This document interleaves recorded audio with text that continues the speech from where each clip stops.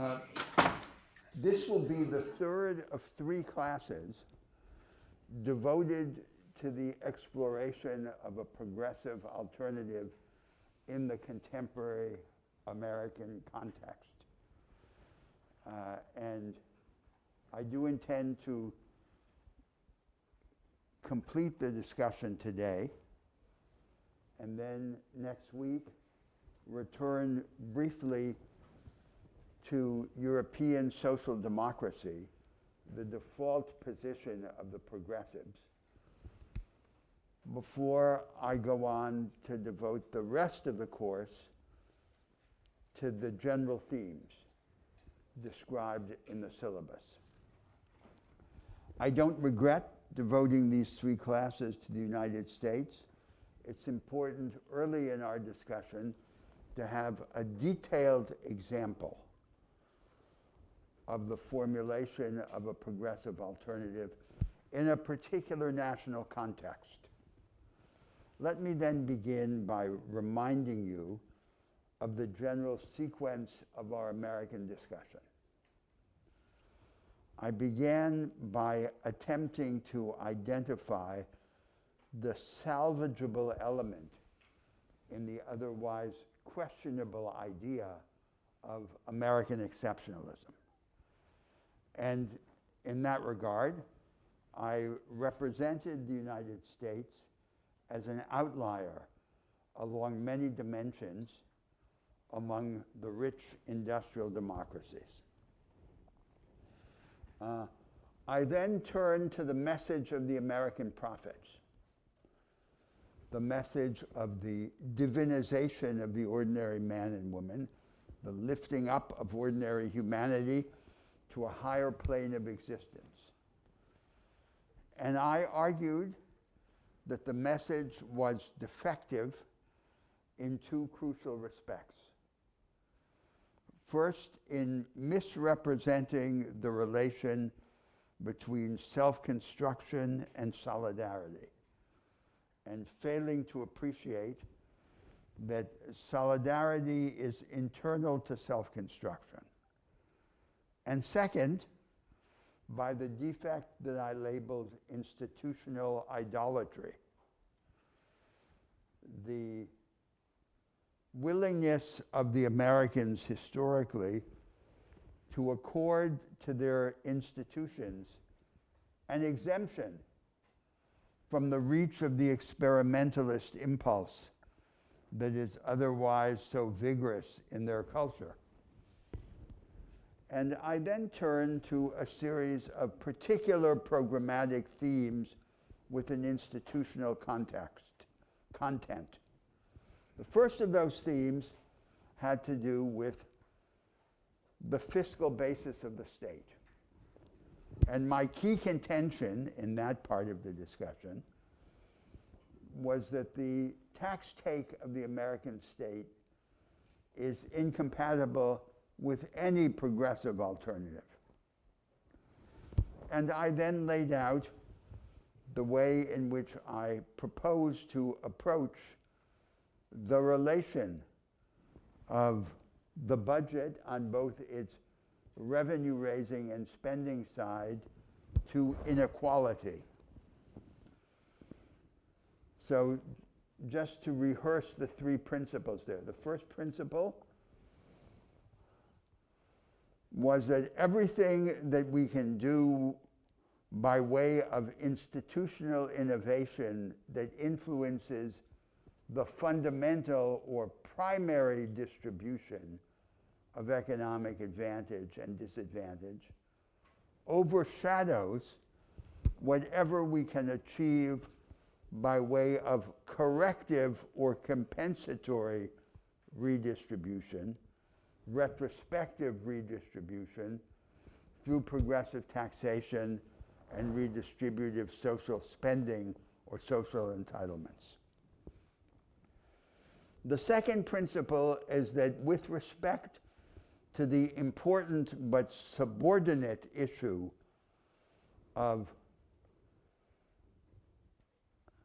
corrective redistribution, what matters most in the short term is not how progressive the tax system is, that is, the revenue-raising side of the budget, but simply what the overall level of the tax take is and how it is spent.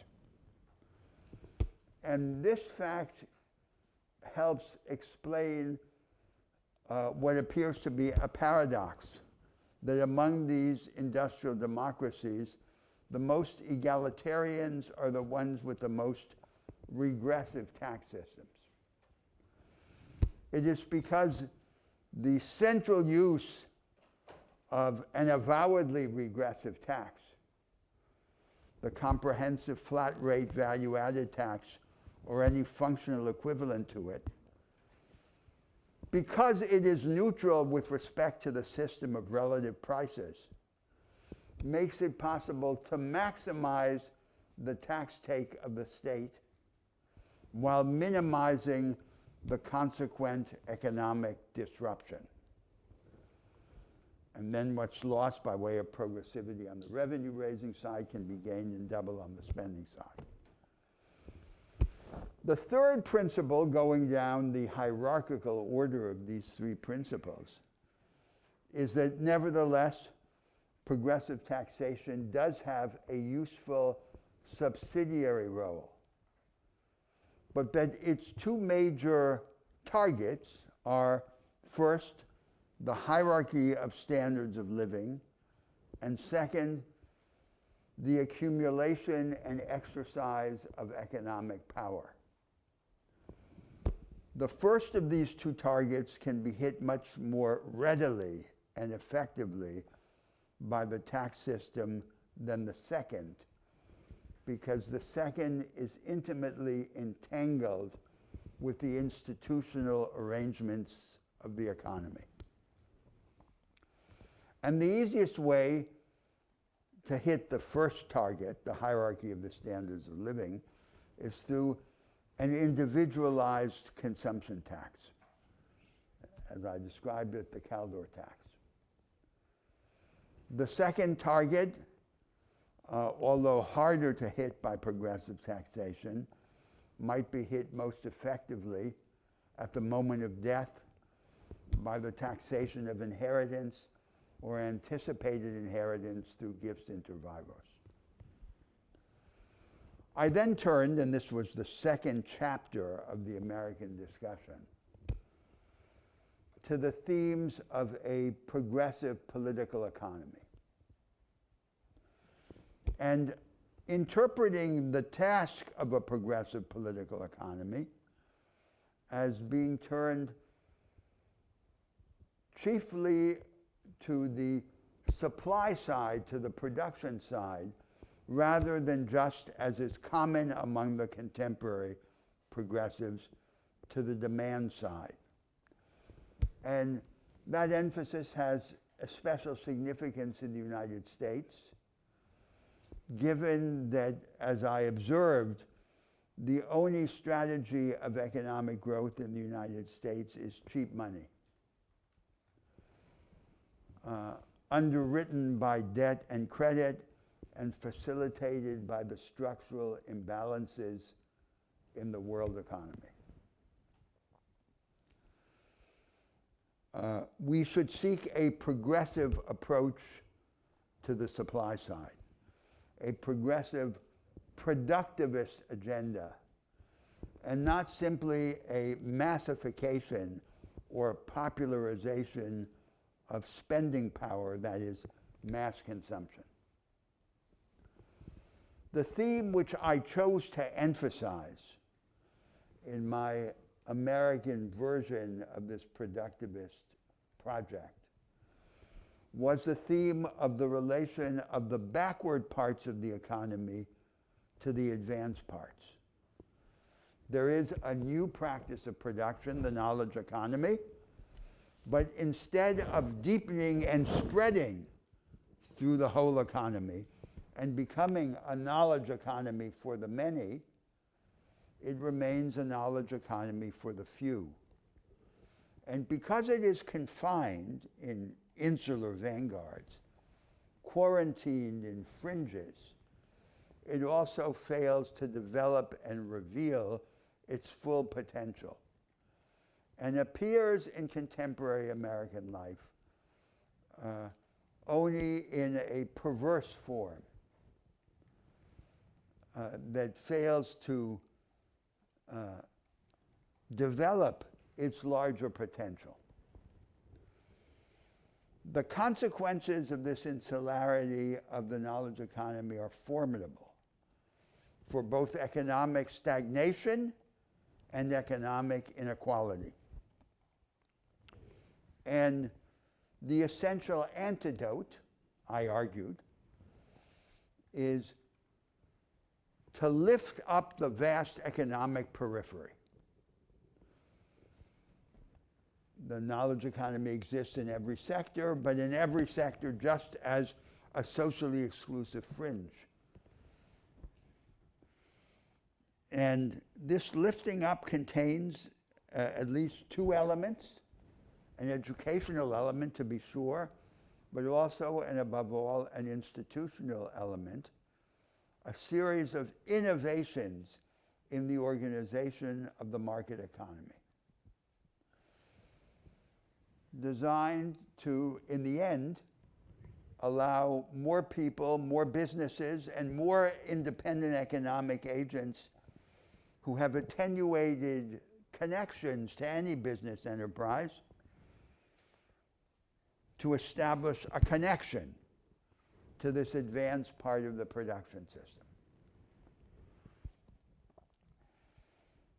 Now, that theme, prefigured in the first half of the 19th century by the American achievement in organizing family-scale agriculture with entrepreneurial attributes,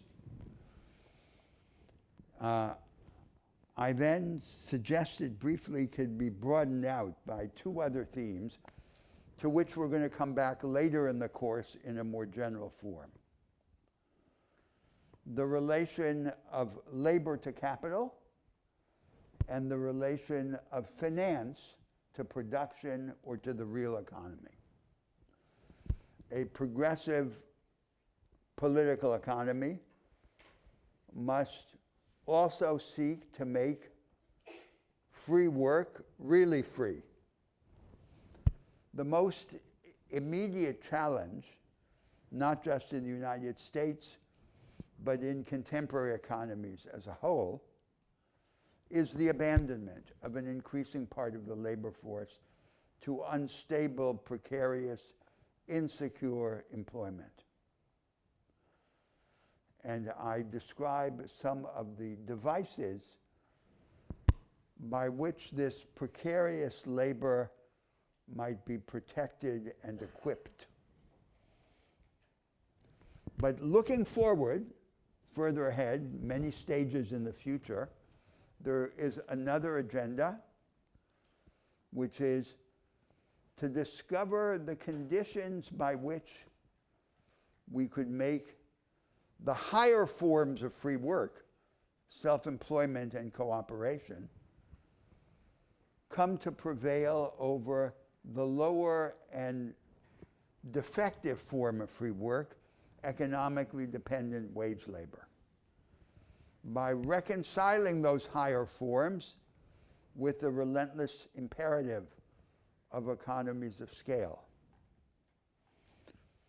The other theme, which a progressive political economy must include, is the enlistment of finance in the service of the productive agenda of society. So that finance is made to serve production rather than being simply allowed to serve itself, and made less dangerous by being made more useful. So financial deepening, the tightening of the connection between finance and the real economy, prevailing over financial hypertrophy, the bloating of the financial system without any corresponding service rendered to the actual agenda of production. Then the third theme of the American discussion was education. The basis for reconciling in a country that is large, unequal, and federal, the local management of the schools with national standards of investment and quality. And above all, the change in the model or in the practice of teaching and learning. And I describe the kind of education that in general one might prefer for the sake of a deepened and disseminated knowledge economy and of a high-energy democracy, with a number of characteristics, of which perhaps the least familiar and the most important is that every subject be taught from contrasting points of view, and with implications not just for general education, but also for the character of technical education.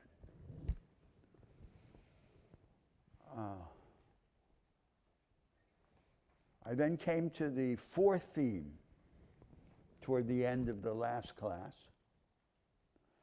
which is the deepening of democracy through the creation of a high-energy democracy. And before going any further, let me say a few more words about that.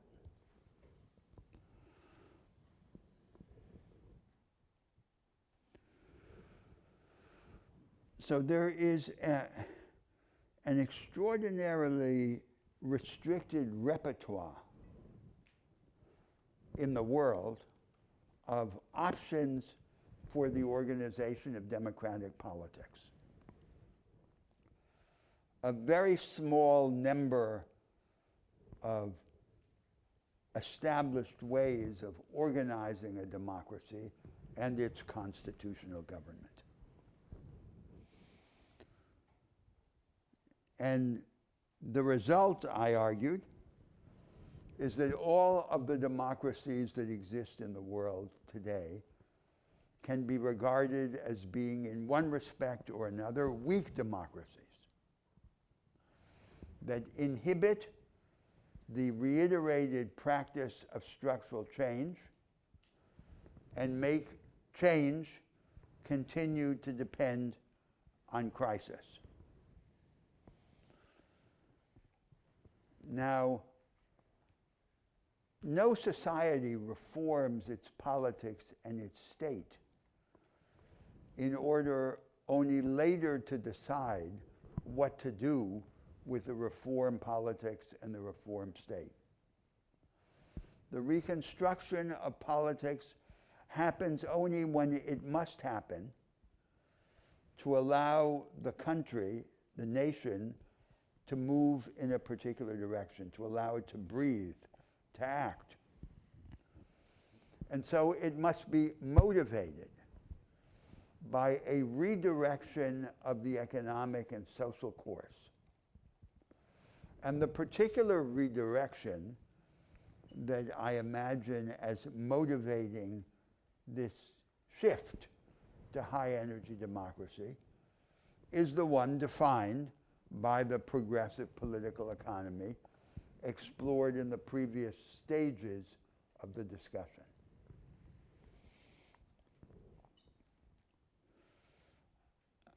In the United States, weak democracy appears in a particular form, the form of what you could call a proto-democratic liberalism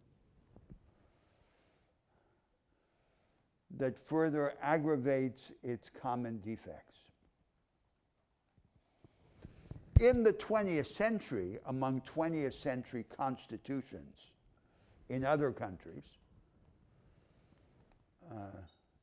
because most other countries have had many constitutions, what we see is that the contradiction between democracy and its promises on one side and the realities of a hierarchical class society on the other side has been resolved primarily by what you could regard as a phony device And the device is to fill the constitutions up with promises of social and economic rights.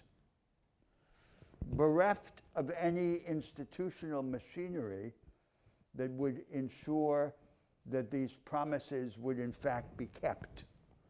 So that's what we have. And because this practice began with the Weimar Constitution in Germany after the First World War, we might call this kind of constitutionalism Weimarism. And it is the most commonly shared characteristic of the 20th century constitutions. The Americans escaped from this, if that's an advantage, by preserving their 18th century constitution, which they worship as part of the national identity. Napoleon Bonaparte remarked that a constitution should be brief and obscure. But it seems that the only people who followed his advice were the Americans. Therefore, as a result of this attitude to their constitution, their most characteristic way of changing their constitution is to reinterpret it rather than to amend it. And this preference, as I observed, has consequences for the dominant type of constitutional change because it tilts change toward the reinterpretation of general rights like equal protection or due process, and away from the reshaping of the structure of government and of democratic politics, which is much harder to change by reinterpretation in this way. Now, one could understand the particular proposal I made about the direction for the creation of a high-energy democracy as the counterpart to a democratized market economy, as being the resolution of a series of false dilemmas. So the first false dilemma is the idea that politics must be either cold and institutional or hot and extra institutional or anti-institutional. That is, it must veer between being counter-majoritarian and being Caesaristic.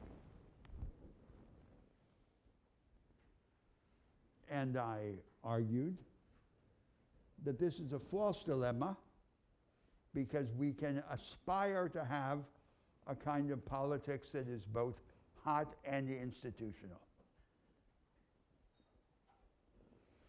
Through a series of arrangements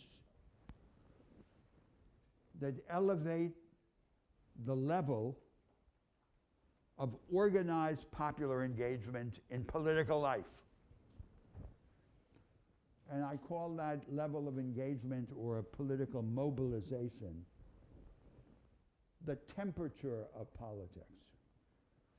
So the general assumption is that only a high temperature politics, that is, a politics supported by a high level of political mobilization,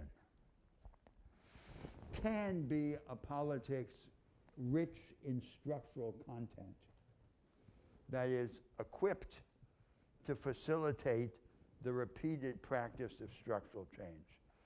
A cold politics cannot do that. The second dilemma, or second false dilemma, also a premise of conservative constitutional thinking, is that there is an indissoluble connection between the liberal idea of the fragmentation of power, power in the state having many bases and many levers, and the conservative idea of the slowing down of politics.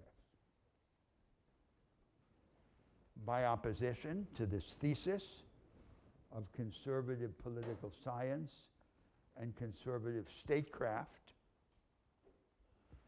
I argued that there is no such necessary connection. And one can reaffirm the liberal principle of fragmentation while discarding the conservative slowing down of politics. And I gave an example of a constitutional mechanism that might achieve that outcome under the American arrangements, under the arrangements of American presidential government, by allowing either of the political branches to call early elections for both branches. So an acceleration of politics. And this then is the pace of politics. A high temperature politics with an accelerated pace. The third false dilemma has to do with the relationship between the power exercised by central government and the power exercised by parts of the country. And the premise, the false premise, is that either the center has power or the periphery has power, one or the other. It's a hydraulic model. And I argued that depending on the way in which we shape the divided and the concurrent powers within a federation, within a federal system, or even within a unitary state, like the United Kingdom or France, we can have more strong central initiative and more radical devolution of power to the periphery at the same time. They are not simply the opposites. The extent to which they oppose each other and cancel each other out depends on our arrangements and on our ideas, our constitutional ideas, and do not derive from some logical or institutional necessity. So specifically in a federation like the United States, I argued that we can imagine that as society goes down a certain road, it hedges its bets and allows parts of itself to create alternative models of the national future. And that is the practical use, the larger vocation of this experimentalism in the relations between the center and the periphery. You can imagine that has two stages, the stage in which of cooperative federalism, vertical and horizontal cooperation, and then the second stage, which I call very wide divergence. A part of a country applies under certain restraints for the right to diverge very widely from the predominant solutions.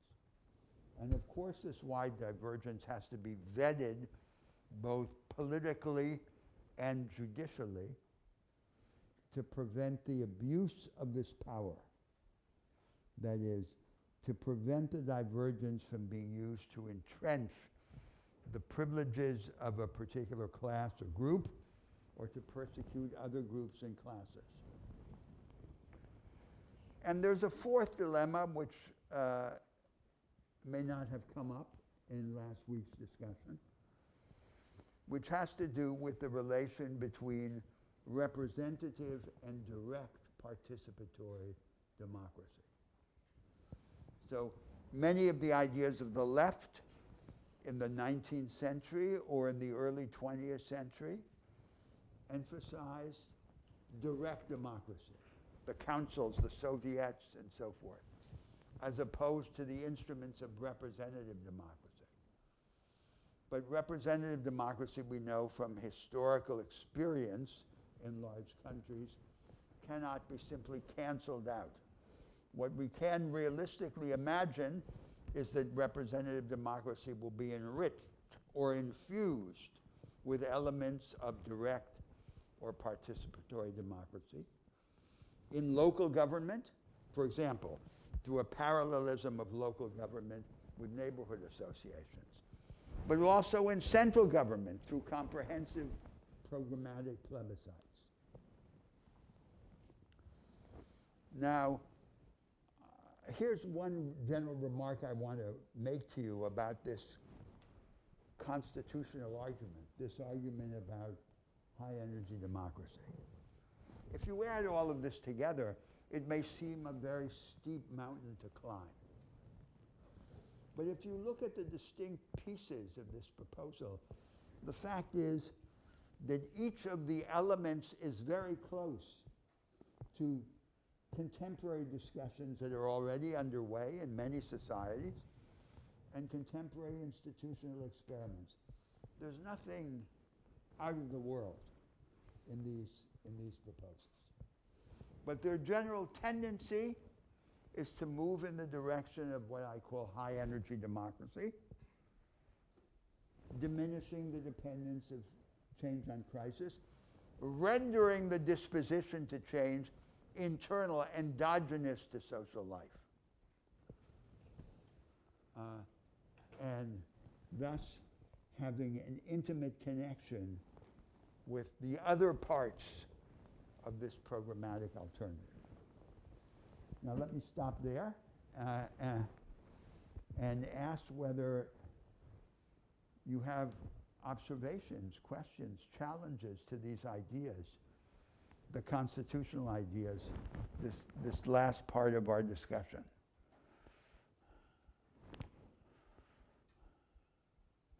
Yes.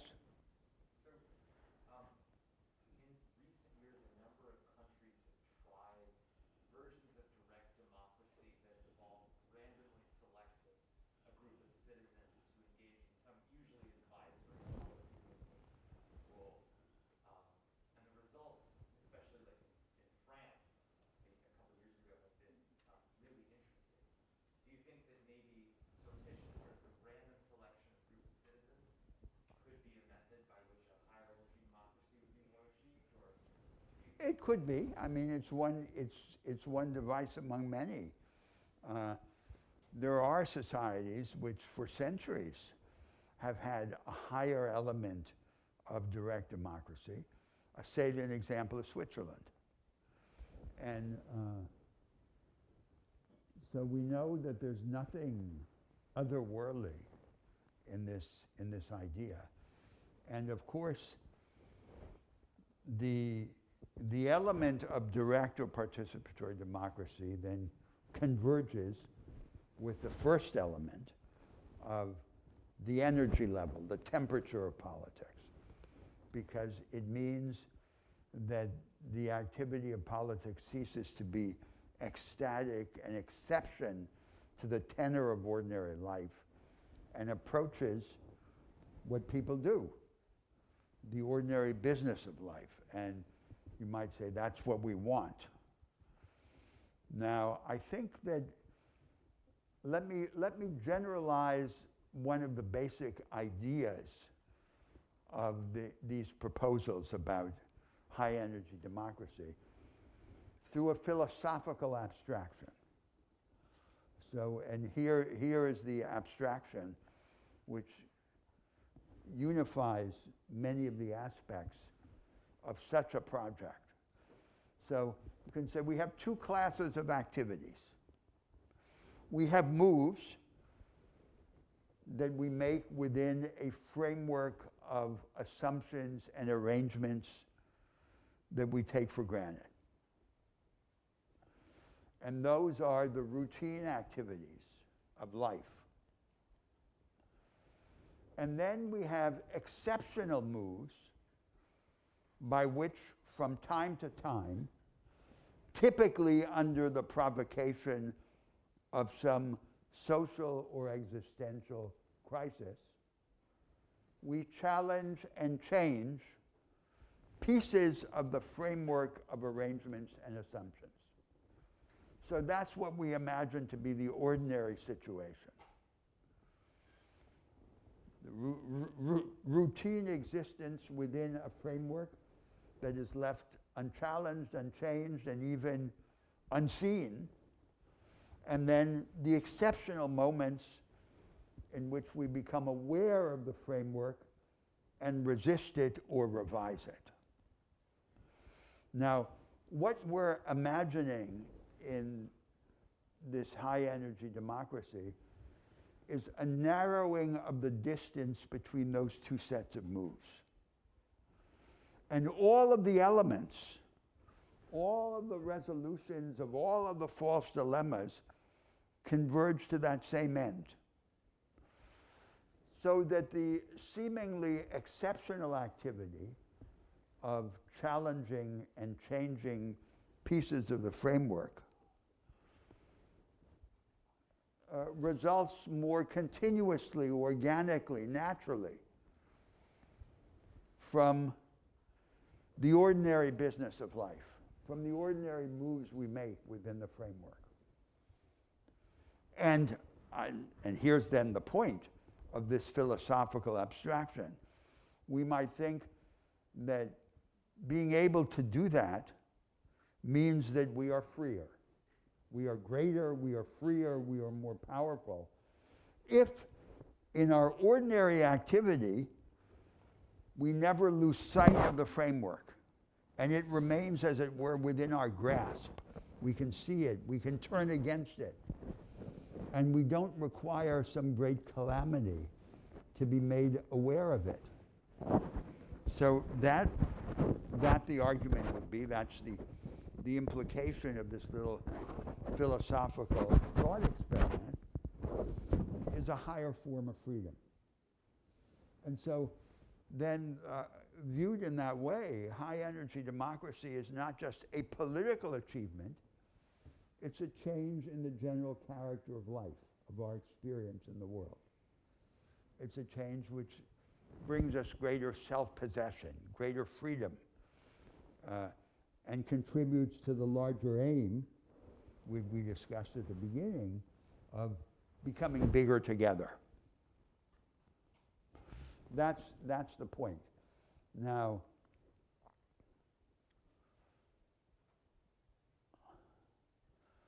always the problem is how these very large objectives that are ideological and even spiritual can come down to earth, how they can become practical. And so that's the connection. That's which is at least it's aspired to in this discussion. And here then is another point which is of some consequence also for the history of political theory. To establish this connection, we don't have to fantasize. We don't have to have the idea of the ancient republic, of the selfless citizen for whom politics is the central activity of life. The ancient, some image of the ancient Romans or the ancient Spartans. And that's just, as it were, that's bad utopianism, because that's our experience of contemporary life, not really transformed, but just turned upside down. That's not what this is.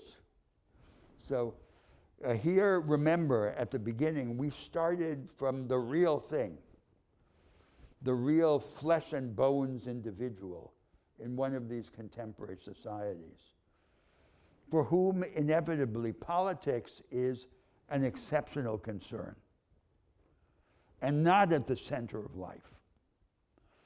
And the question is then how, starting from that point of departure without denying it, we can little by little make it larger and draw the framework into the ordinary concerns of an ordinary existence. That's the ambition, which I would see as defining the agenda of high energy democracy. Yes.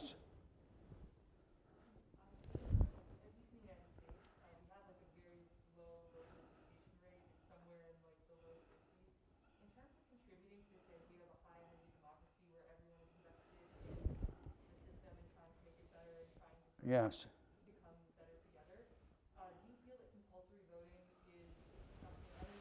Yes, we did. This did come up very briefly in the discussion, and I am a defender myself of mandatory voting. Mandatory voting is an arrangement that exists in several countries, several contemporary democracies, both rich countries and developing countries. And in the United States, it would have dramatic effects. Now, when it's mentioned in the United States, the Americans are horrified. They're scandalized. Mandatory voting, it's coercive. But they do lots of things in the United States that are much more coercive. Jury duty, the obligation to, for declaratory taxes like the income tax, and not to mention in an earlier historical period, military conscription. So you have to understand what a rule of mandatory voting means.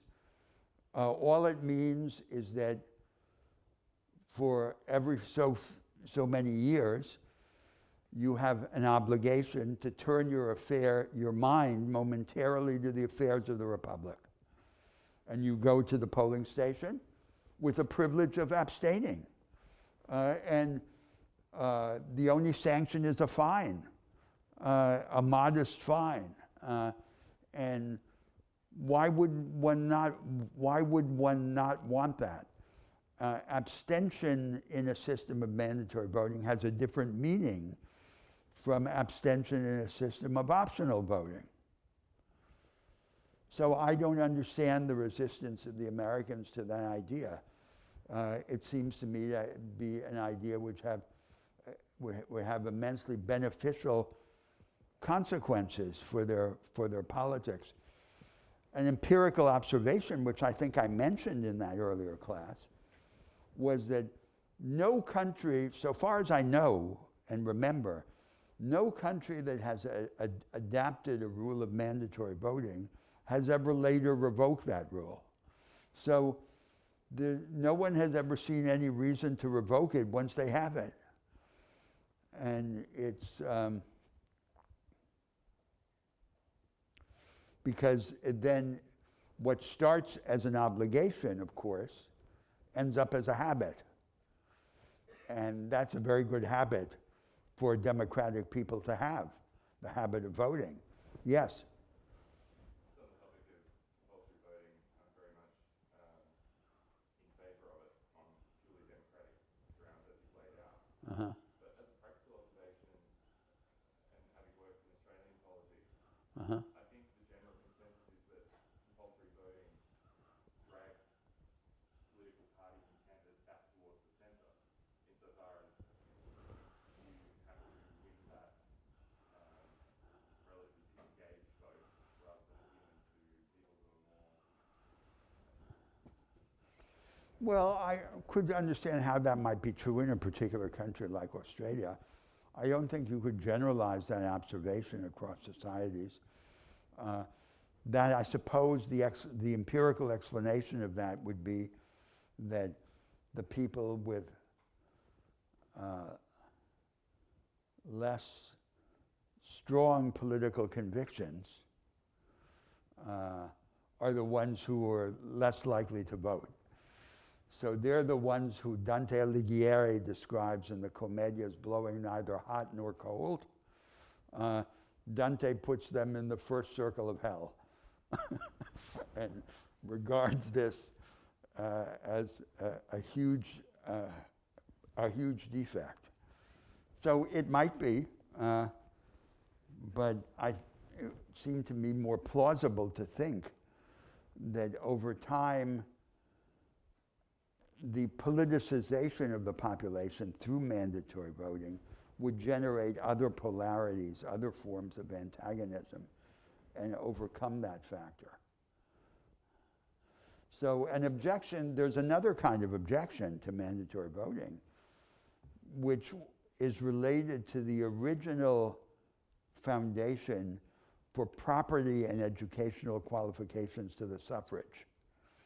That under a system of mandatory voting, a bunch of people who are uninformed and dependent in some way will come to the voting booth, and maybe according to its opponents, there are people who shouldn't be voting.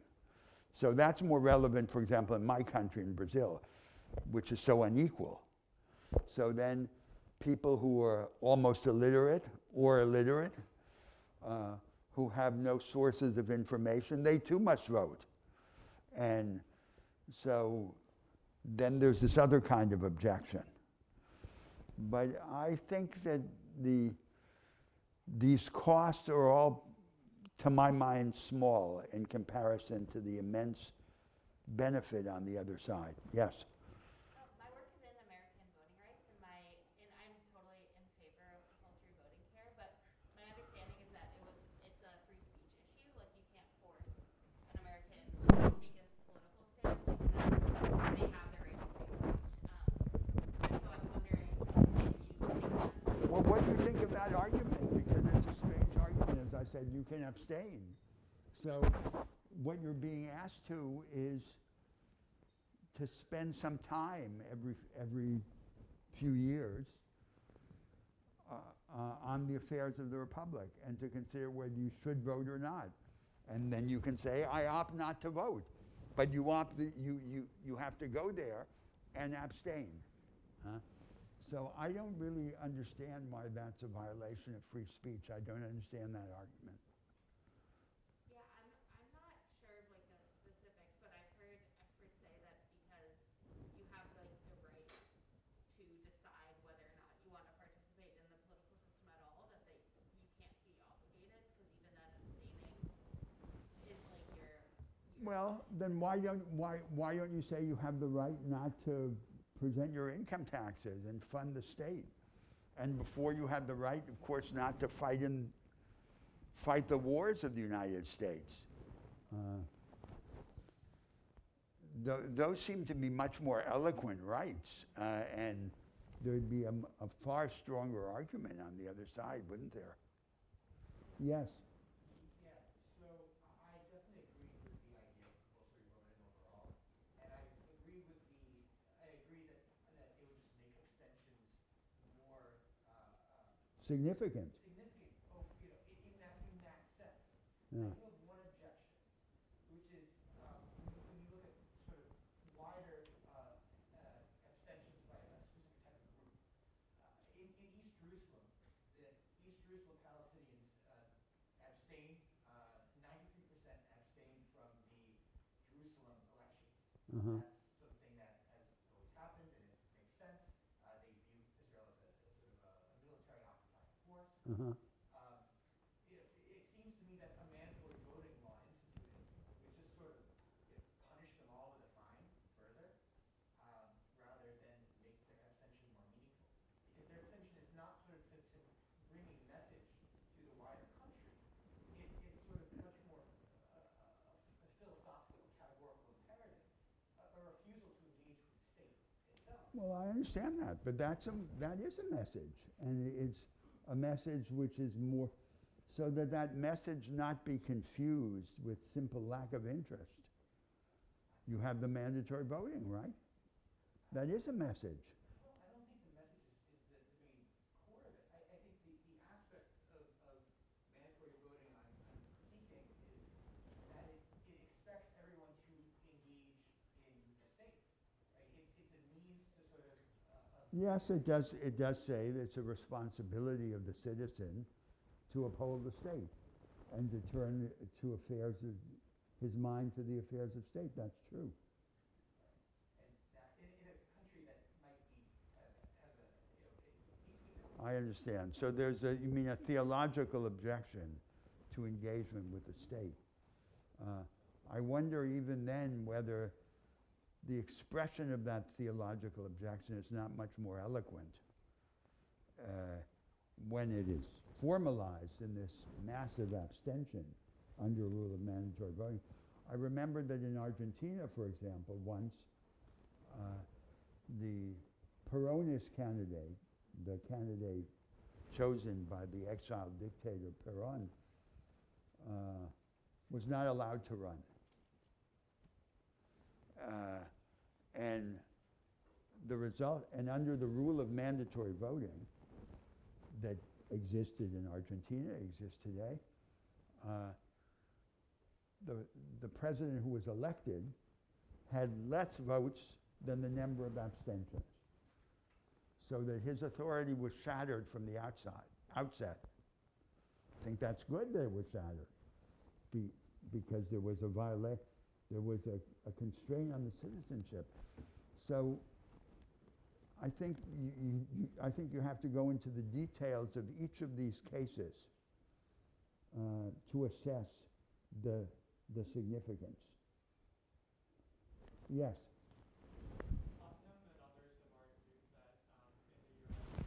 civil society has decreased in the number of institutions as well as influence over the last 40 years. Civil society, meaning what? Religious groups, Uh-huh. community organizations. Yes. So I'm curious, in the first order, whether you think those sorts of institutions are dead or what kind of shape they take. Yes, so this is very interesting, of course. This is a subject of discussion, has always been a subject of discussion in the United States.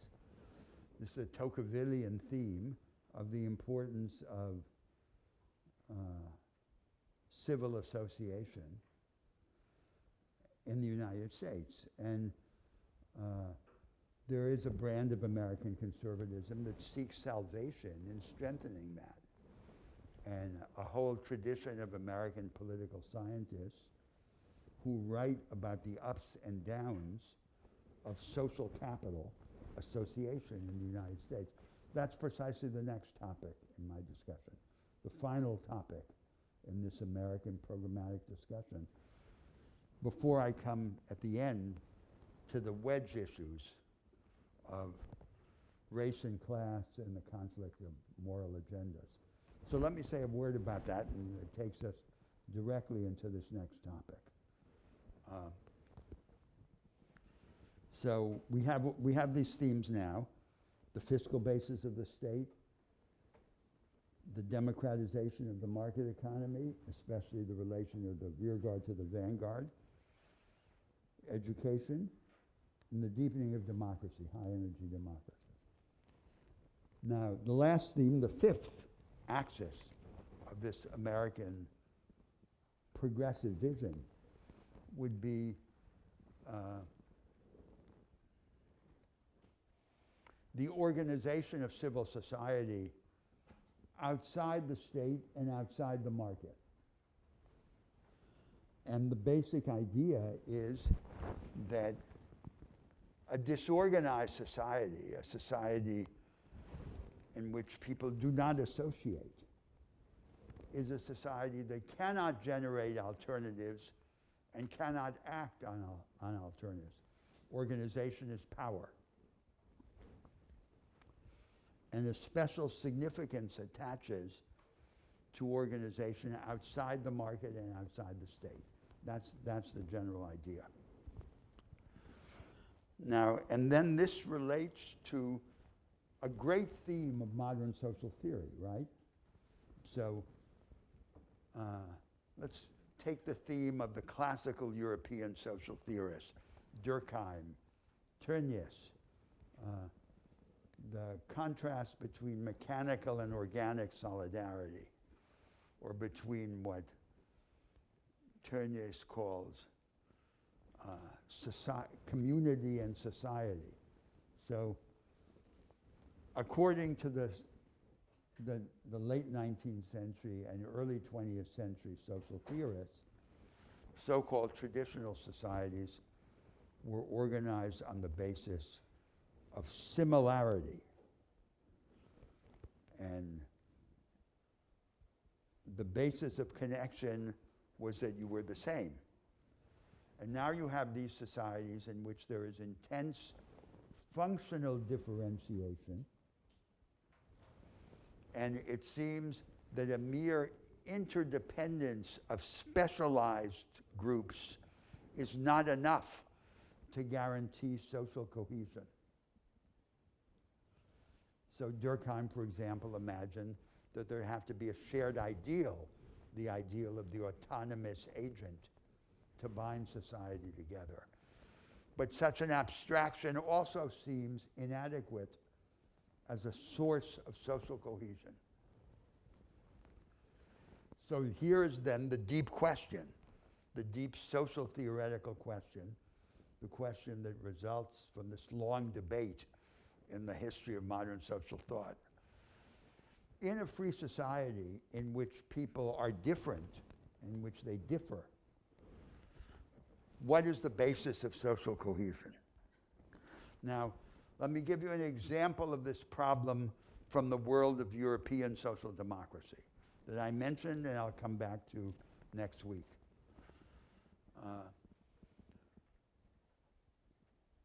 Under social democracy, compensatory redistributive social democracy, the basis of social cohesion was money transfers organized by the state. So, for example, in a country like Sweden, the state pays people to take care of other people. And most of the jobs that have been created in Sweden over the last 40 years or 50 years have been jobs, especially jobs for women, to take care of people who need to be taken care of.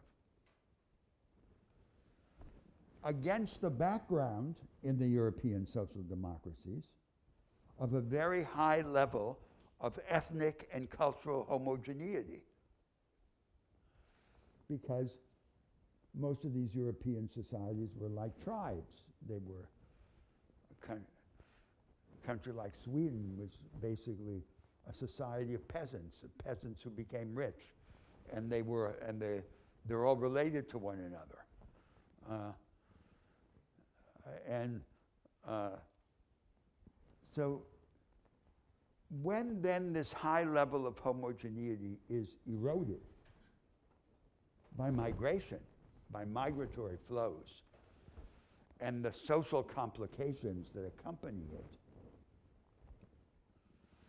the inadequacy of money as a social cement becomes manifest. And there are all these commotions that undermine the moral basis of redistributive social democracy, sometimes described as the willingness of people to make sacrifices for other people's children. So that's the problem that's manifest. So in these societies in which there is more difference, and in which we want more difference, what is the basis of social cohesion? If it can no longer or should no longer be sameness, and if mere functional interdependence, the collaboration of functionally specialized groups and people, is not enough. Now, my general proposition is simple and straightforward, is that the only adequate basis of social cohesion in a complicated society that has progressively more difference is the multiplication of forms of collective action and the direct involvement of people in other people's lives. Direct presence, doing things together with other people, doing things with the different. That's the basis of social cohesion in the future, in this society of difference. So then there is this question, and I think it is a formidable question in social and political thought. What should our attitude be to the level of social capital, meaning the accumulation of this power that results from association. Is social capital a constant? Is it an exogenous fact? Or is it a variable that we can reshape? And I think you want to say, in this kind of argument, that it is something that we can reshape and that we have the highest interest in reshaping. There are practical interventions that can support the accumulation of social capital. Now let me give you a few examples. So we spoke about education having in as its social setting a cooperative character. So it's not that the school teaches cooperation as a doctrine, it's that the school exemplifies cooperation. In cooperation among students, among teachers, among schools. Its doctrine is its practice. Huh? So that's one element. Now then comes a second element. The provision of public services, a very important theme in contemporary politics, and especially in the politics of social democracy. What is the most promising way to enhance the quality of public services? So one could say the following. The dominant form of provision of public services that exists in the world today is what you could call administrative Fordism. I mean, Fordism is an allusion to Fordist industrial mass production. So in the economy and the production system, prior to the knowledge economy, the advanced practice was what we call Fordist mass production. Allusion is to Henry Ford's assembly line. The large-scale production of standardized goods and services by rigid machines and production processes, semi-skilled labor, and very specialized and hierarchical relations of production. The counterpart to that in the administration of public services is what I'm calling administrative Fordism, which is the provision of standardized, low-quality public services by the bureaucratic apparatus of the state.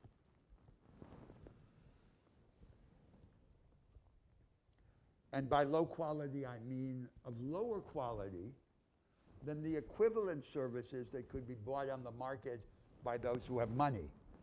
They can buy private education, they can buy private health care, and so forth.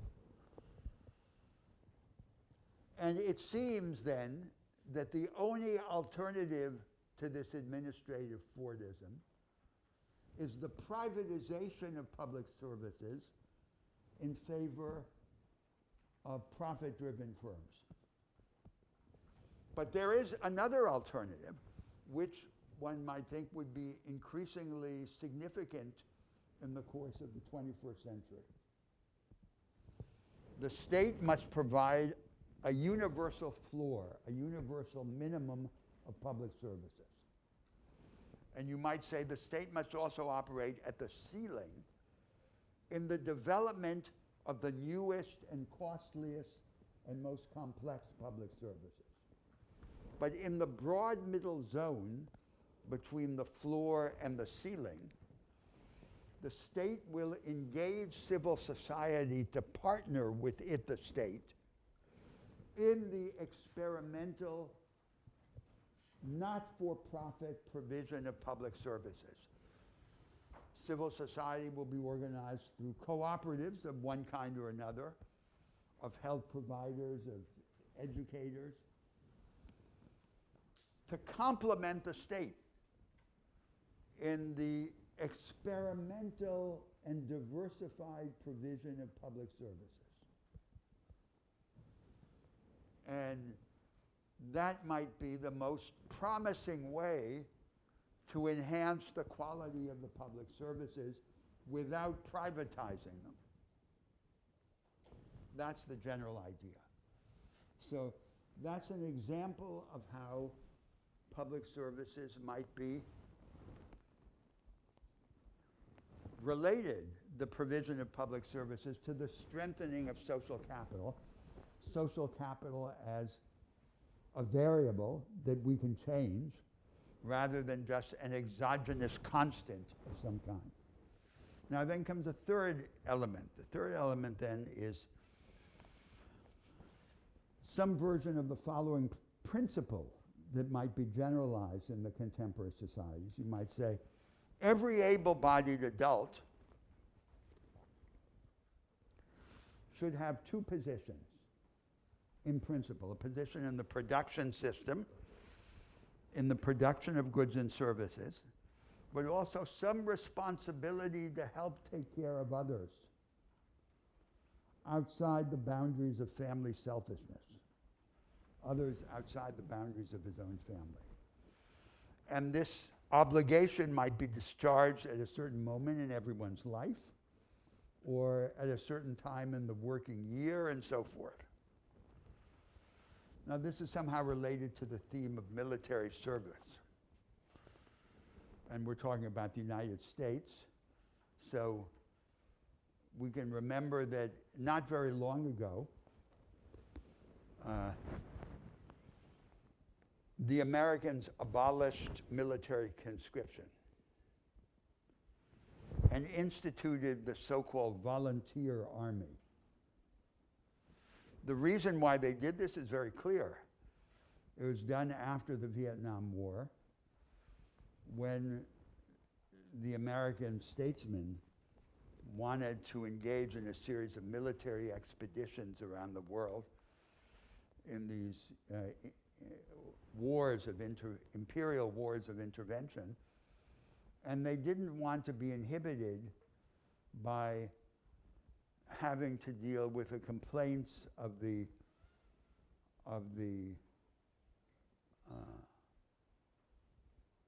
moneyed classes, the moneyed and influential classes, and sending the children of those classes to war. That was the terrible experience that they had had during the Vietnam War. So they instituted this so-called volunteer army, which means a mercenary army.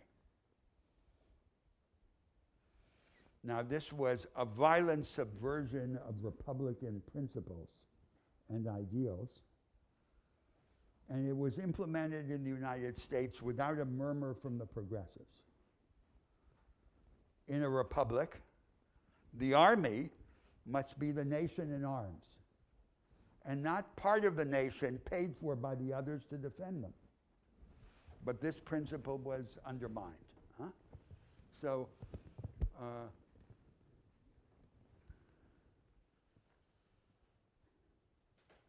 you can imagine then, going back to now this question of social service, you can imagine that if there's a principle of everyone being responsible for military service, but the country doesn't need everyone of a certain age to serve, men and women, those who are then dispensed from the military service could, for example, become liable to social service. And you can imagine some combination of mandatory and voluntary social service. So those are three examples of how the educational one, the provision of public services, and the social service idea of how the engagement of civil society in care could be the object of institutional initiatives.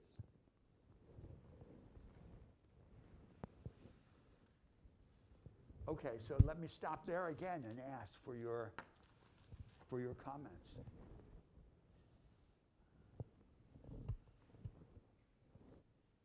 Yes. Are you familiar with David Cameron's Big Society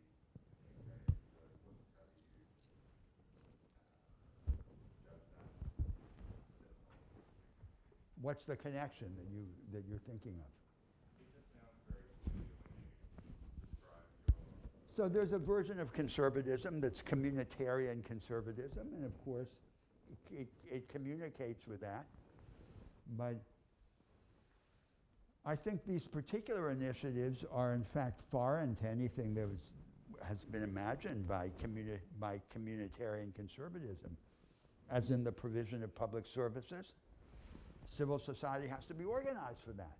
It's not going to happen spontaneously. It has to be equipped, trained, financed, monitored. So there's some partnership between the state and civil society in the provision of public services. There's this experimentalism again. We spoke about experimentalism. And the same thing with social service. It's not going to happen spontaneously. It has to be organized. And I think this is a very important theme. So ultimately, this goes to the question of what is a nation? And a nation is an experiment in a certain way of being human. And the philosophical idea underlying these proposals is that difference is not the problem. Difference is the solution. And that we imagine a society which is equipped to create difference. So let's go back to the general discussion of the nation. I said the nations used to be tribes based on similarity. Now they're becoming something else. But remember, in an earlier class, I suggested, along the way, in the movement from being tribes to becoming experiments in humanity, an accident happens. And what is this accident? The accident is that in order to prosper, to flourish in a world in which everyone is imitating everyone else and trying to discover what works best to support cohesion, prosperity, power, the nations are all robbing one another. And so to rob one another, they have to do what, for example, the Japanese did in the Meiji Restoration. They have to tear out part of themselves. They have to sacrifice at the altar of worldly success and make themselves more alike some other place while retaining something of what they were before. And the result is that the tangible collective identities that used to define the nation are increasingly eviscerated of their content. And what survives then is not the tangible differences manifest in ancient customs, but the will to difference. So then we have this situation that the will to difference is aroused as tangible difference degrades. And so then I said in an earlier class, remember, I said, two nations live side by side and they hate each other, not because they're different, but because they're becoming alike and because they want to be different. That's the peculiarly poisonous character of contemporary nationalism, which is this impotent rage to difference, this will to difference. Now then the question, what is the attitude that one should have to that? So the attitude of liberal cosmopolitanism is suppress the will to difference.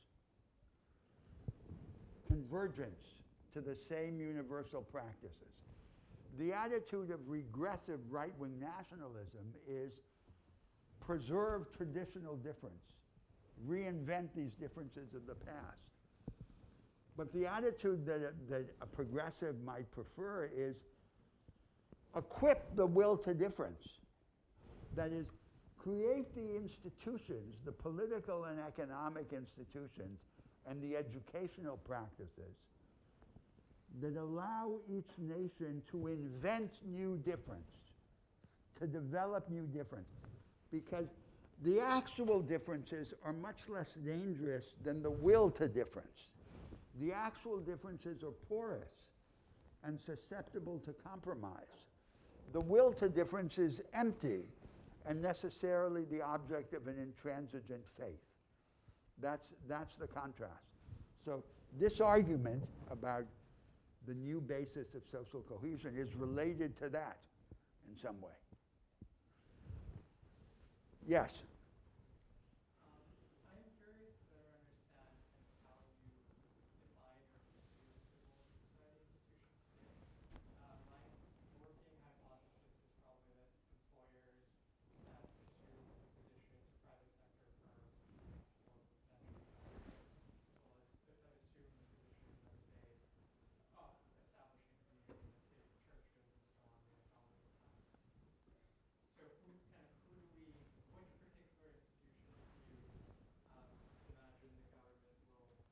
institutions do you imagine the government will, or the state will partner with to deliver public or social services? Well, I think that in the case of public services, the most obvious ones to begin with are health and education. So they're teachers and healthcare providers. It doesn't happen, as I say, it won't happen spontaneously. It has to be organized. The state has to organize it, has to organize the juridical form of this cooperation and the basis for the partnership with the state. So it's not like privatization, it's not for profit. These are cooperatives. And, but the practices that exist in the United States in healthcare are not that far away from it, because the leading hospitals in the United States are teaching hospitals associated with universities, many of which are philanthropies, and so it's not as if actual practice is that radically distant from it. Now give me just a minute or two and then continue your discussion. I'll be right back.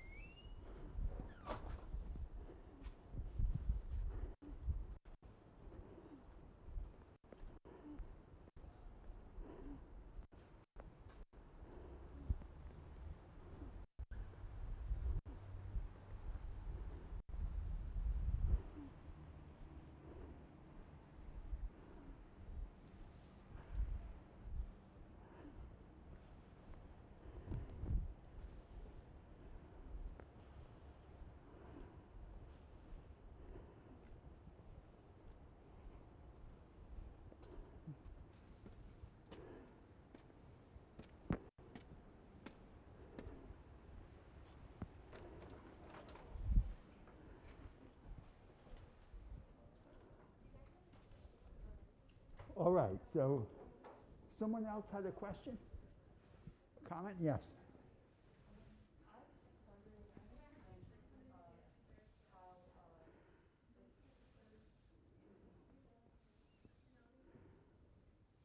Yes.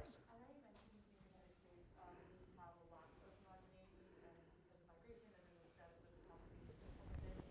You might have already discussed this, so I'm sorry to repeat, but I was just wondering what's the relationship with the social complications that come by like as a result of lack of homogeneity and the relationship with reorganizing social capital? Or is there one? You mean as in what I said is European social democracy. So migration means more social difference, cultural difference, ethnic difference, degrades unity. So instead of everyone being more or less alike, it's full of difference. And then there's the problem of sacrificing for the different. So that's why I said the migratory flows degrade unity and make patent the inadequacy of money as a social cement. Money is not enough. That's a simple principle. So, I mean, let me tell you, for example, just a striking fact. You know, there are two forms of philanthropy. There's giving money and there's giving time. Now, if you think for giving time, the constraint, of course, is having time. So it would be normal to think that someone who has many children would be less likely to give time. The truth is just the opposite. There's a linear relation between the disposition to give time and the number of children a person has. These are the mysteries of the human heart. So obviously, time expands. And if you have lots of children, somehow you have more time. So this is the reality that we want to sustain through this experience of cohesion. We want direct involvement of people in other people's lives. And can we have it? And that was the object of this discussion. Imagining a series of initiatives, the convergent tendency of which is to elevate the level of cohesion and the capacity to create new difference.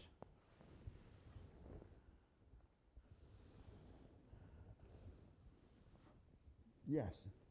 I wanted to ask, what role do you see for philosophy in arriving at a non-coercive social consensus? And the reason I ask is because the sort of Rawlsian project that you're skeptical of, I think rightly so, seems to me at its heart to have that sort of ambition, this idea of public reason, arriving at an overlapping consensus. Uh-huh. And that all is limited in the ways that we've talked about in class, but it also seems that that's sort of at the heart of that political, philosophical process. And so I'm curious what limits you see with that approach to the system. Well, you say philosophy, so I think I have to ask which philosophy. So,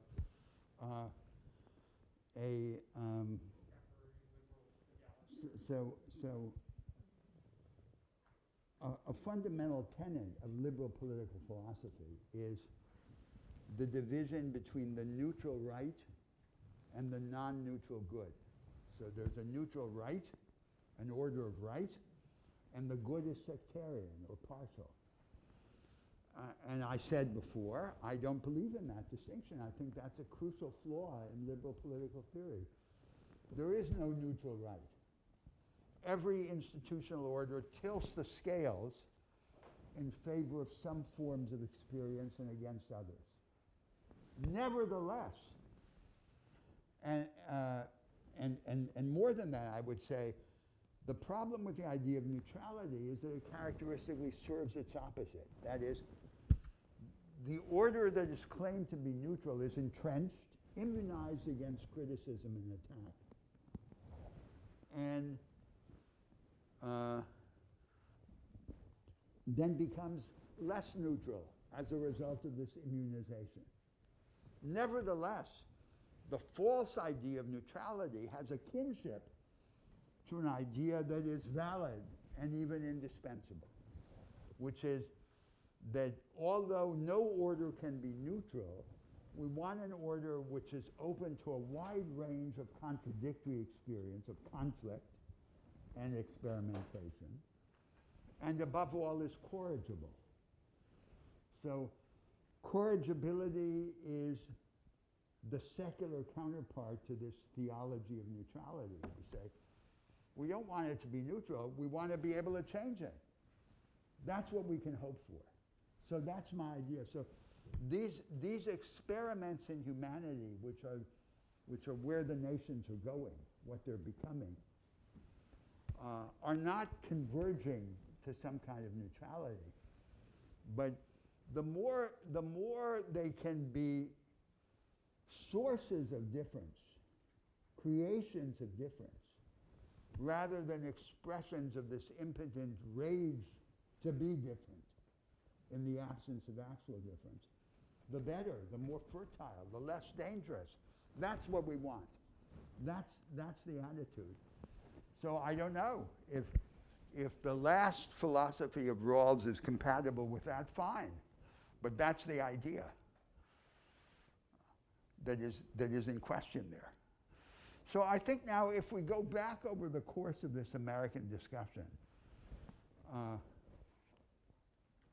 and relate it to the very beginning, which is the message of the American prophets, I think you can see why this series of proposals is a practical correction to the double taint of the message of the American prophets. I said, they had this idea, the individual is divine, the ordinary man and woman, but there was the double taint. The failure to understand that solidarity is internal to self-construction, not just an afterthought. And the institutional idolatry. And the tendency of these institutional proposals is to remove that double taint on the American prophecy.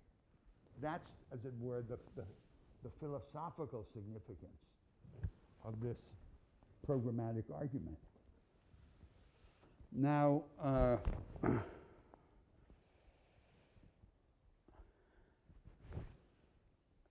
this operation, this institutional project with philosophical implications and meaning,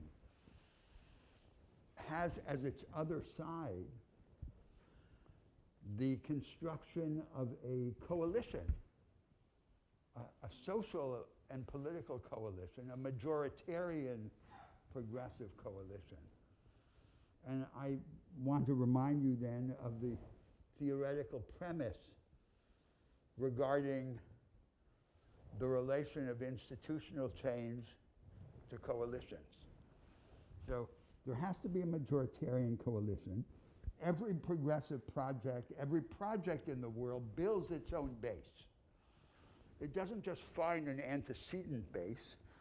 Of course, it has to work with what exists, but it develops a new base. And here we need somehow to unite the traditional constituency of the left forces, the labor force headquartered in the capital-intensive sectors of the economy, with other groups, with the underclass of unstable, precarious workers, and with another group which has exercised an outsized influence in American history, in American life, which is the small business class. Now, what then is my social theoretical premise about the way of thinking of these coalitions? It's, as I said before, it's the exact opposite of the Marxist idea. The Marxist idea is the more class conflict extends in scope and increases in intensity, the more it reveals the objective content of class interests. Each class has an objective interest determined by its place in the present mode of production or in the historically established succession of modes of production. The truth, I'm arguing, is exactly the opposite. As conflict increases in scope and intensity, it undermines the clarity of the distinction between our ideas about the possible and our understandings of our interests. So my interest as a member of a certain class becomes inseparable from the answer to the question, what are the accessible alternatives? And who would I be under these alternatives? And what would then my interests become? So I'm arguing that there is a pervasive duality in the way of defining and defending class interests. There is always a way of defining and defending a class interest that is institutionally conservative and socially exclusive, and another way that is institutionally transformative and socially solidaristic. So to take the canonical example of the core historical constituency of the left parties, so the organized labor force in the capital-intensive sectors of the economy, industry, there's a way of defining their interest that says, our interest is related to mass production, like the Rust Belt in the United States. It's declining, it's in trouble, maybe it has no future, but at least we can buy a few more years for it. And we're going to defend it against all the threats by the unstable workers, the subcontracted workers, the small business class. But the problem with that approach is precisely that it has no future, it has no sequel. It has the advantage of tangibility, but that's all it has. There is always another way of defining and defending the class interest, which this example serves to illustrate. You can say, mass production, traditional industrial mass production, conventional industry has no future. We must convert it into something else. We must convert it into an instance of the knowledge economy with the help of the state. And in that project of conversion, the groups that we used to think of as our adversaries must become our allies, including the small business class, the precarious workers, the technical cadres, and so forth. So that's then the socially solidaristic and institutionally transformative way of defining and defending the class interest.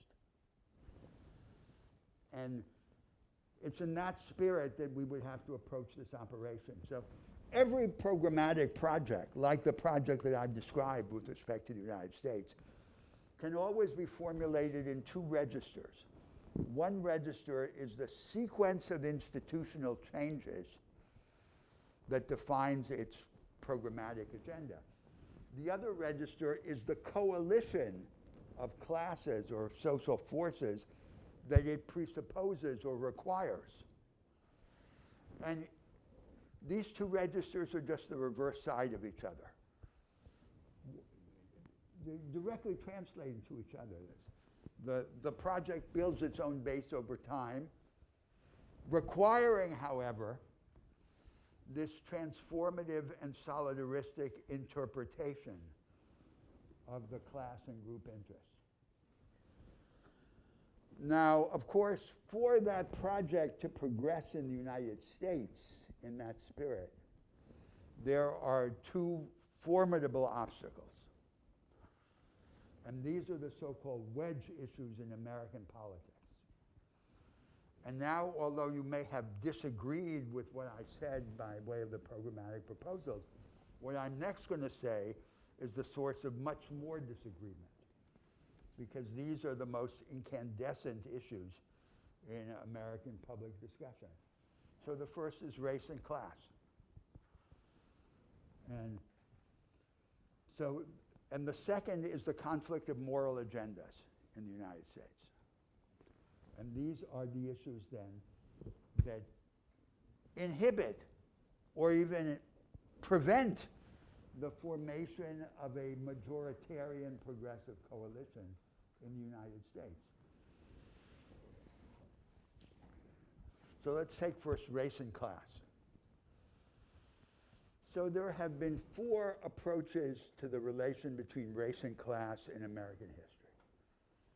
So one is the collaborationist or accommodationist approach. Represented historically by Booker T. Washington in the 19th century, which the freed blacks occupy a subaltern position in the established economy as craftsmen, smallholders, petty traders, and so forth, without any confrontation. And there's a paradox, there's a political paradox in this collaborationist or accommodationist approach. The political paradox is that actually, although its aspirations seem to be modest, the stabilization of this petty bourgeois world requires quite a lot of political mobilization. It's not easy. And it's hard to see how, once that political mobilization occurred, it would be satisfied with such a meager result. That's the contradiction, the psychopolitical contradiction in the collaborationist or accommodationist approach. Now, then there's the second approach, which you could call the secessionist or Africanist approach. And it had its ideologists like Marcus Garvey in the 19th century, and its contemporary representatives down through Louis Farrakhan. And its ultimate objective is secession from American society and theoretically return to Africa. But the return to Africa is largely a feint. It's not implemented. And what replaces it, in part, in fact, is something which in its social expression is very close to the accommodationist approach.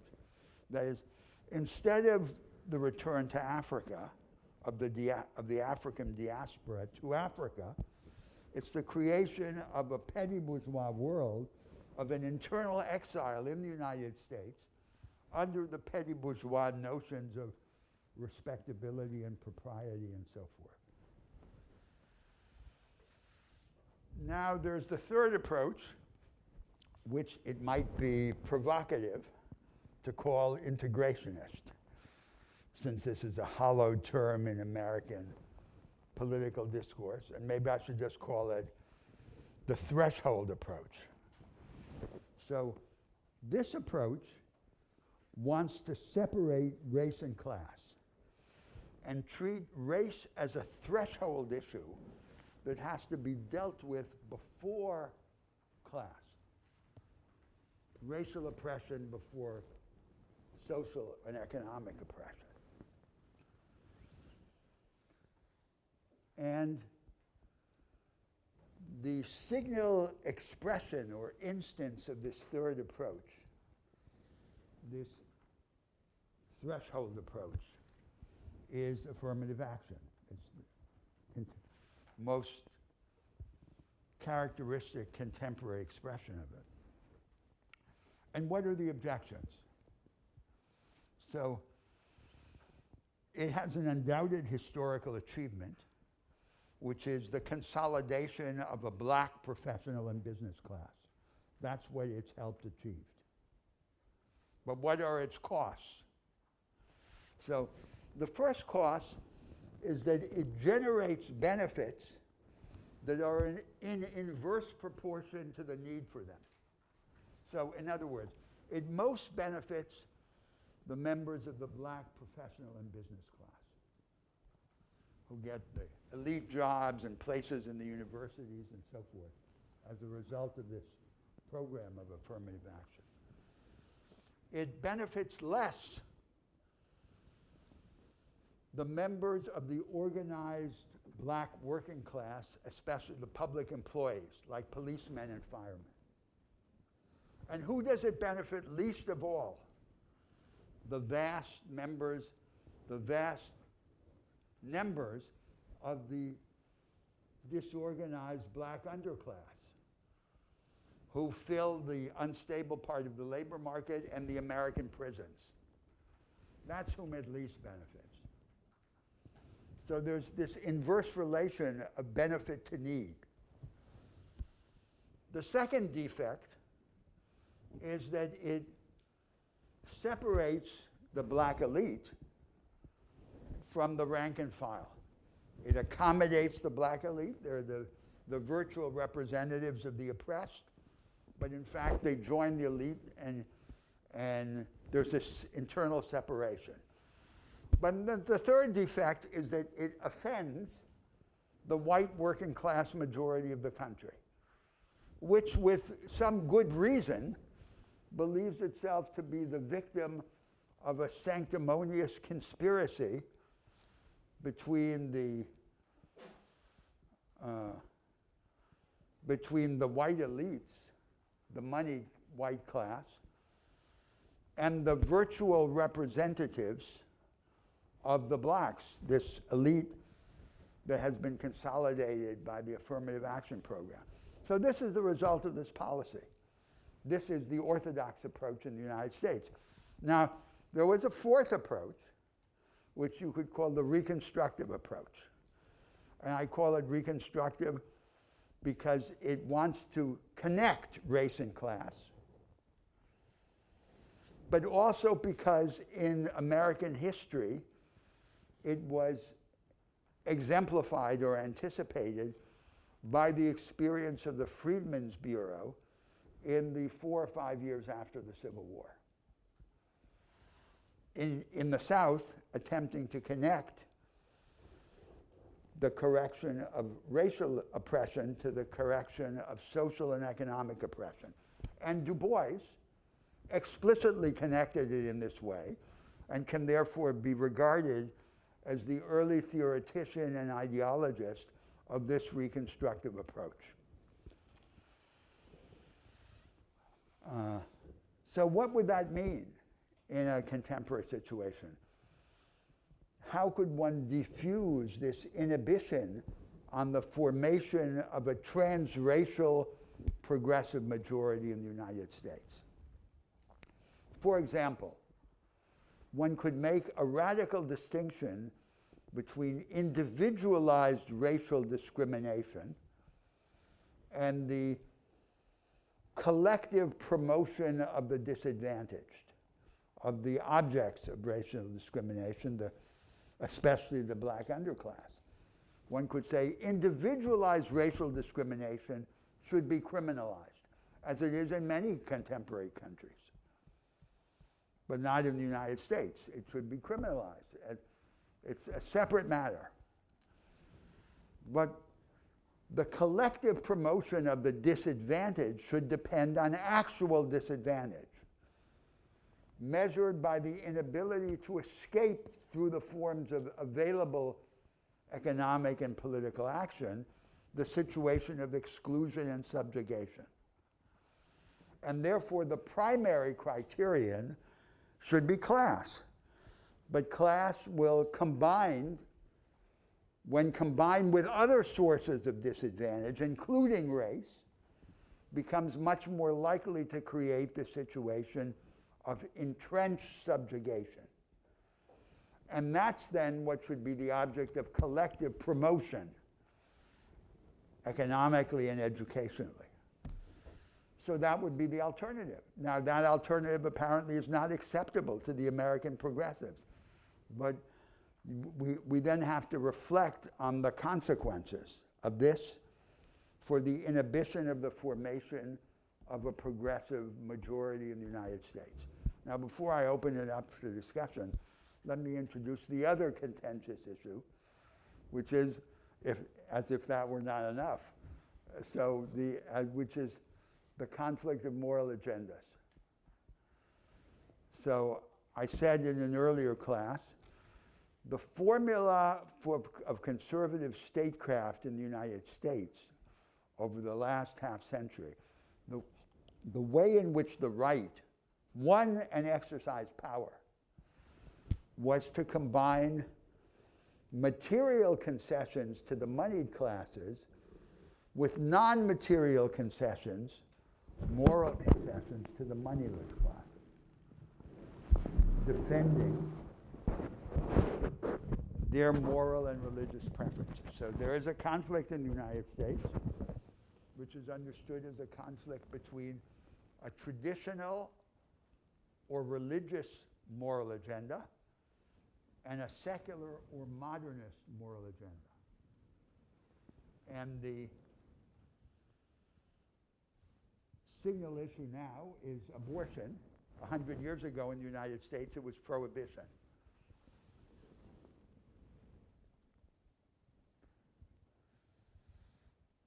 And the progressives have attempted to enforce their agenda. The secular or modernist agenda through the law and through their control, their temporary control of the federal judiciary in the United States. Now then, the result is that the white working class says, these people have done nothing for us in our fundamental economic situation. At least let's not let them offend our religious and moral beliefs. That has been a fundamental lever of the power of the right in the United States. So I think it's profoundly unwise on the part of the American progressives to have attempted, through the law and the judiciary, to impose one moral agenda on the other. Now, this is a complicated debate, and I have to say that an aspect of it, or a reason for my opposition to this move, is that I regard both of the substantive moral positions, as commonly articulated, as being primitive. One is a legalistic, rather heartless form of Christianity.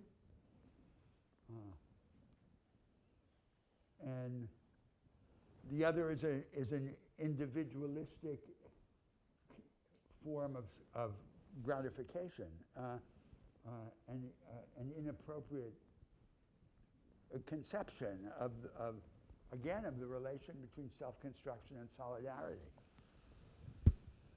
So I think these substantively seem to me now, looking from afar, from a distance as a foreigner, that what is in the interest of the American people is not for one of these two sides to impose its agenda on the other, but for the conflict between these two agendas to continue, in the hope that the result of the conflict would be the development of a deeper and more satisfactory moral vision over time.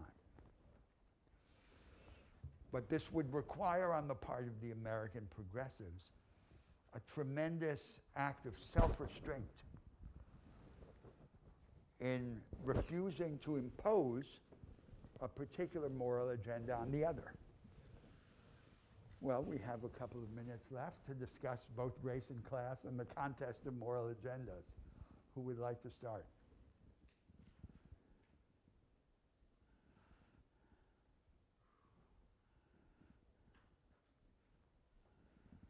Yes. You mentioned a second ago that you thought American progressives were unwise to sort of position one moral case over another. And I'm wondering, I mean, I think I can sort of put together from your previous lectures, but I'm wondering now, how do you suppose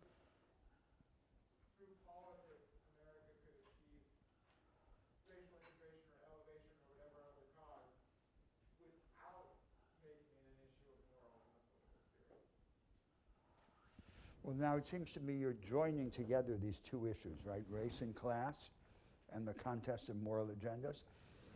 So I said with respect to the contest of moral agendas that I think two different things about it, but they're connected. So I think from the pure standpoint of political strategy, the decision to impose the secular agenda on the religious one, or the traditional one on the modernist one on the traditional one, is a disaster for the American progressives. And it helps account, in the context of their failure to come up with a sequel